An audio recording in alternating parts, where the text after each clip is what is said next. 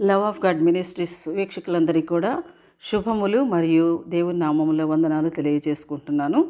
ఈ దినం మనము లేఖన భాగం చదువుకుందాము. ఋతు గ్రంథము 1వ అధ్యాయము 4వ వచనం. వారు మోయాబు స్త్రీలను పెండ్లి చేసుకొనిరి. వారిలో ఒకదాని పేరు ఓర్ప, రెండవ దాని పేరు రూతు. మరి ఈ దినాన్న మనం ఎంచుకున్నటువంటి అంశం పేరు రూతు అన్నమాట. మరి బైబిల్ గ్రంథంలో 66 పుస్తకాలు ఉన్నప్పటికీ కూడా దీనిలో 2 పుస్తకాలు మాత్రం స్త్రీలకు సంబంధించినటువంటి పుస్తకాలు ఉన్నాయి. మొదటిది రూతు అయితే రెండవది ఎస్తేరు. మరి బైబిల్ గ్రంథంలో దేవుడు స్త్రీలకు చాలా ప్రాముఖ్యతనిచ్చినట్లుగా కూడా మనం చూస్తాం. నేటి సమాజంలో ఎక్కడ చూసినా కానీ స్త్రీలకు మరి చాలా చులకన చూపు చూడబడుతుంది. అయితే దేవుడు తాను ఏర్పాటు చేసుకున్నటువంటి, తాను సృష్టించినటువంటి సృష్టిలో ఒక భాగమైనటువంటి స్త్రీకి చాలా ప్రాధాన్యత ఇచ్చినట్లుగా మనం చూడగలుగుతాం. ఇప్పుడు చదువుకున్నటువంటి లేఖన భాగాల్లో మనకి 2 స్త్రీలు కనిపిస్తారు, ఓర్ప మరియు రూతు. అయితే వీళ్ళిద్దరికీ అత్తగా ఉన్నటువంటి ఆమె పేరు నయోమి. 3 స్త్రీలను మనము ఈ పుస్తకంలో చూస్తాము, కానీ మనకి కావాల్సింది ఈ దినాన్న రూతు అనమాట. రూతును గురించినటువంటి ధ్యానము మనం చేద్దాము. సంక్షిప్తంగా మనము ఈ యొక్క ఎపిసోడ్లో మనం చూడగలుగుతాం అన్నమాట. మరి రూతు అంటే సౌందర్యవతి అనేటటువంటి అర్థము ఉన్నది. మరి దేవుడు ఈమెను ఏ విధంగా తను వాడుకున్నాడో, ఏ విధంగా ఆమెను మరి అన్యురాలైనప్పటికీ కూడా దేవుడు ఏ విధంగా తన దాసురాలుగా మార్చుకున్నాడో మనం ఈ గ్రంథంలో చూడగలుగుతాము.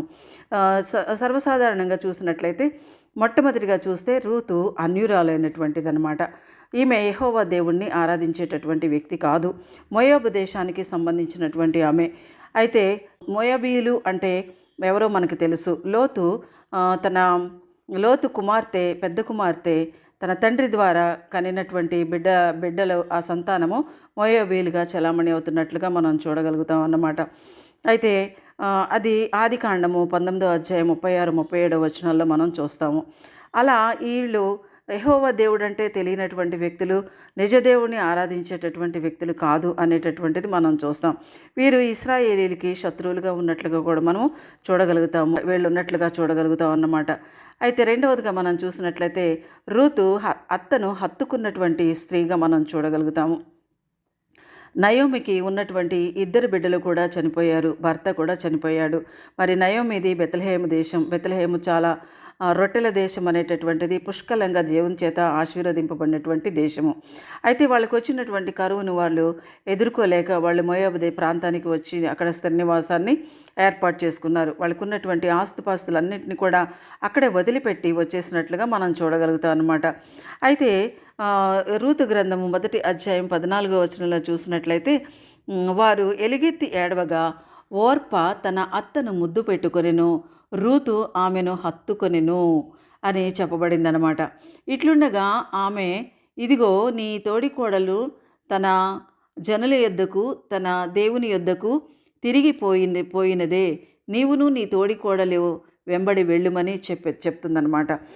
మరి ఈ వచనంలో మనం చూసినట్లయితే రూతు ఓర్ప తన అత్తను ముద్దు పెట్టుకొని వెళ్ళిపోయింది, వెనక్కి తిరిగి వెళ్ళిపోయింది. నయోమి ఇచ్చినటువంటి సలహా అన్నమాట. నేను ముసలిదాన్ని అయిపోయాను కదా, మీకోసం నేను మరలా కుమారులని కని పెంచి వాళ్ళు పెద్దవారయ్యే వరకు కూడా మీరు ఈ విధంగా ఉండటం తగదు, నేను కనేటటువంటి వయసులో కూడా లేను అని చెప్తుందన్నమాట. ఇదే 1వ అధ్యాయము 12వ వచనంలో చూసినట్లయితే 11వ వచనం నుంచి చూద్దాము. నయోమి, నా కుమార్తెలేరా, మీరు మరలుడి, నాతో కూడా మీరు రానేలా, మిమ్మల్ని పెండ్లి చేసుకొంటకై ఇంకా కుమారులు నా గర్భమున ఉందురా. నా కుమార్తెలారా, తిరిగి వెళ్ళుడి, నేను పురుషునితో ఉండలేని ముసలిదానను, నాకు నమ్మిక కలదని చెప్పి ఈ రాత్రి పురుషునితో నుండి కుమారులను కనినను, వారు పెద్దవారు వరకు వారి కొరకు మీరు కనిపెట్టుకొందురా. మీరు వారి కొరకు కనిపెట్టుకొని పురుషులు లేక ఒంటరి కత్తెలై ఉందిరా. నా కుమార్తెలారా, అది కూడదు, యెహోవా నాకు విరోధి ఆయను, అది మిమ్మును కంటే నన్ను మరి ఎక్కువగా నొప్పించినదని వారితో చెప్పెను. కాబట్టి ఆమె వాళ్ళని తిరిగి వెళ్ళిపోమన్నప్పుడు మరి ఓర్ప మాత్రం అత్తను ముద్దు పెట్టుకొని అత్త చెప్పిన మాటల్లో సత్యం ఉందని మరి గ్రహించిందో ఏమో తెలియదు, కానీ మరి తన పుట్టింటికి వెళ్ళిపోయినట్లుగా మనం చూడగలుగుతాం అన్నమాట. కానీ రూతు మాత్రము అత్తను హత్తుకొని ఉన్నట్లుగా మనం చూస్తాం అన్నమాట. ఈ వచనాన్ని బట్టి వెళ్ళటానికి ఇష్టపడలేదు, వెనక్కి తిరిగి వెళ్ళటానికి ఇష్టపడలేదన్నమాట. అయితే తర్వాత లక్షణం మనం గమనించినట్లయితే అత్తను వెంబడించినటువంటి రూత్ అన్నమాట.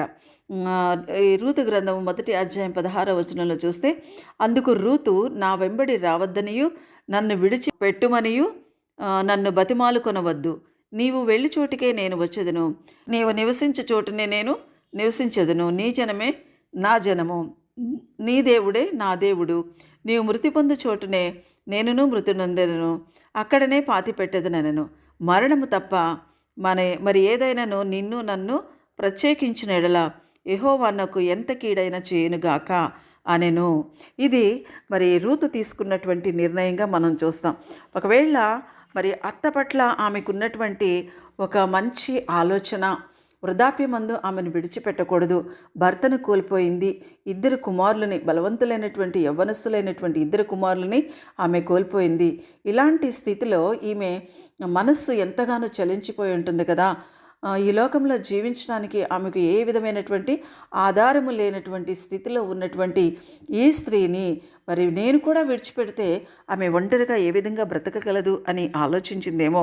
అందుకే ఆమె ఆ నిర్ణయాన్ని తీసుకుని, ఇంకా నన్ను వెళ్ళొద్దు, నా వెంట రావద్దు, నన్ను విడిచిపెట్టు అన్న మాటలు నువ్వు అనొద్దు, నీ వెళ్ళే చోటికి నేను వెళ్తాను, నీ దేవుడే నా దేవుడు, నీ జనమే నా జనము అనేటటువంటి ఒక మంచి నిర్ణయాన్ని ఆమె తీసుకున్నట్లుగా మనం చూస్తాం అన్నమాట.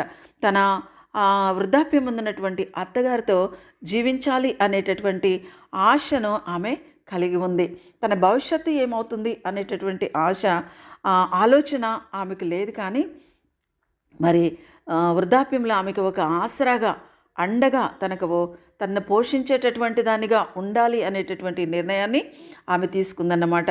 మరి సర్వశక్తుడైనటువంటి దేవుణ్ణి అనుసరించాలి, ఆరాధించాలని చెప్పేసి ఆ బెత్లెహేముకు వెళ్ళటానికి కూడా ఆమె ఇష్టపడినట్లుగా మనం చూస్తాం. అంత మాత్రమే కాదు, ఒక మంచి సాక్ష్యాన్ని కూడా ఆమె అక్కడ పొందుతున్నట్లుగా మనం చూడగలుగుతాం అన్నమాట. ఎవరి ద్వారా అంటే, అక్కడికి బెత్లెహేము వెళ్ళిన తర్వాత మరి ఈమె కొంత పని చేసుకోవటానికి అని చెప్పేసి బయటికి వెళ్ళి బోయజ్ యొక్క పొలంలోకి వెళ్ళినట్లుగా మనం చూడగలుగుతాం అన్నమాట. అప్పుడు అంటాడు కదా, బోయజ్ ఏమంటాడంటే అక్కడే వెండి ఏరుకోమని చెప్తున్నాడు, పరిగి ఏరుకోమని చెప్తున్నాడు అనమాట. అయితే ఆ పరిగి ఏరుకునేటప్పుడు ఈయన మాట్లాడుతూ ఉంటాడు కదా, ఏమనంటే 10వ వచనంలో చూద్దాము.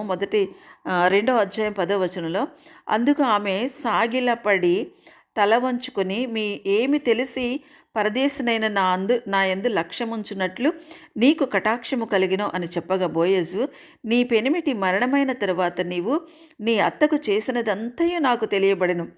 నీవు నీ తల్లిదండ్రులను, నీ జన్మభూమిని విడిచి ఇంతకు ముందు నీవు ఎరుగని జనమునొద్దకు వచ్చితివి. యెహోవా నీవు చేసిన దానికి ప్రతిఫలమిచ్చును. ఇశ్రాయేలీల దేవుడైన యెహోవా రెక్కల క్రింద సురక్షితంగా ఉండునట్లు నీవు వచ్చితివి. ఆయన నీకు సంపూర్ణమైన బహుమానము ఇచ్చునని ఆమెకు ఉత్తరమిచ్చెను. ఈ వచనాలను బట్టి మనం చూసినట్లయితే బోయజ్ ఇక్కడ ఆమెను గురించి మంచిగా మాట్లాడుతున్నట్లుగా మనం చూడగలుగుతాం అన్నమాట. మరి ఆమె యొక్క లక్షణాలు, మంచి లక్షణాలన్నీ కూడా, యవ్వనస్తురాలైనటువంటి నీవు మరి ఇంత బాగా నీ తల్లిదండ్రుల్ని, నీ దేశాన్ని అంతా కూడా విడిచిపెట్టి కేవలము వృద్ధాప్యంలో మరి ఆమె నీకు ఏమీ చేసి పెట్టలేనటువంటి స్థితిలో ఉన్నటువంటి ఆ స్త్రీని వెంబడించడానికి వచ్చావు చూడు, నీవు జీవము కలిగినటువంటి దేవుణ్ణి వెంబడించడానికి వచ్చావు చూడు, ఇది ఒక గొప్ప సాక్ష్యము అని ఆయన ఇస్తున్నట్లుగా మనం చూడగలుగుతాం అన్నమాట. అంతకుముందు మనం చూసినట్లయితే 8వ వచనము 19వ వచనంలో చూస్తే కూడాను మరి ఈమె పట్ల ఒక శ్రద్ధ కలిగినటువంటి వాడుగా, బోయజు ఈమె పట్ల ఒక శ్రద్ధ కలిగినటువంటి వాడుగా ఉన్నాడనమాట.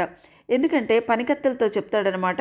8వ వచనాలు చూస్తే, అప్పుడు బోయజు రూతుతో, నా కుమారి, నా మాట వినుము, వేరొక పొలంలోనికి ఏరుకొనుటకు పోవద్దు, దీనిని విడిచిపోవద్దు, ఈచట నా పనికత్తెల యొద్ద నిలకడగా ఉండుము, వారు కోయు చేను కనిపెట్టి వారిని వెంబడించుము, నిన్ను ముట్టకూడదని యవ్వనస్తులకు ఆజ్ఞాపించి ఉన్నాను. నీవు దాహమగునప్పుడు కుండల యొద్దకు పోయి పనివారు చేదిన నీళ్లు త్రాగుమని చెప్పాను. ఇంతగా బోయజు ఆమె పట్ల మరి శ్రద్ధ తీసుకున్నట్లుగా మనం చూస్తాం అన్నమాట. ఎందుకంటే ఈమె మంచిది కాబట్టి ఆయన కూడా మంచిగా మరి అక్కడ ఉన్నటువంటి వారి ద్వారా ఎవరి ద్వారా కూడా ఆమెకి ఎలాంటి హాని కలగకూడదు అనేటటువంటి ఉద్దేశంతో ఆమె పట్ల ఒక జాగ్రత్త తీసుకున్నట్లుగా మనం చూస్తాము. అయితే అతనికి తెలియదు బహుశా అప్పటికి ఆ దూరపు బంధువు అనేటటువంటి విషయం అన్నమాట. కానీ అంతగా మరి ఆమె పట్ల శ్రద్ధ తీసుకున్నట్లుగా మనం చూస్తాం. బోయజు చెప్పినట్లుగానే మరి దేవుని దీవెన ఈవిడ మీదకి వచ్చింది. నయోమి అడుగుతుంది కదా, ఎక్కడికి వెళ్ళావు నువ్వు? బోయజు ఇచ్చినటువంటి పేలాలు కొన్ని తిని కొన్ని తన అత్తగారికి తీసుకెళ్ళినప్పుడు ఆమె అడుగుతుంది, ఎవరి పొలంలోనికి నువ్వు పరిగి వేరుకోవటానికి వెళ్తే ఆమె చెప్తుందన్నమాట. జరిగిందంతా విషయం అంతా కూడా తెలియజేస్తుంది. మరి ఈ బోయజ్ ఏ విధంగా దీవించాడు అనేటటువంటి విషయాన్ని కూడా ఆమె తెలియజేస్తుందన్నమాట. ప్రతిఫలం ఇస్తాడు యెహోవా, నీవు చేసిన దానికి ప్రతిఫలం ఇస్తాడు.